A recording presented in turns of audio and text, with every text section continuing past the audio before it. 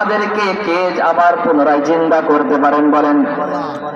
আমার বন্ধুগণ, মানুষকে যখন পুনরায় জীবিত করা হবে, তারা বলতে থাকবে ইয়া ওয়াইলানা, হায় আমাদের আফসোস, আমাদেরকে কে আবার পুনরায় জীবিত করলো।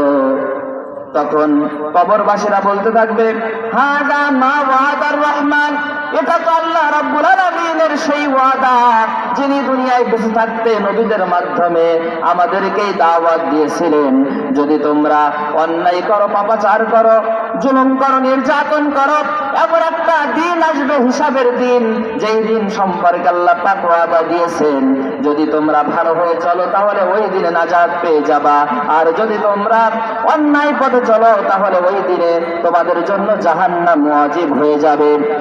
তখন আমরা কি করতাম? এই কথাগুলি নবীরা যখন বলতো, এই কথাগুলি যখন উলামায়ে কেরাম আমাদেরকে বলতেন, তখন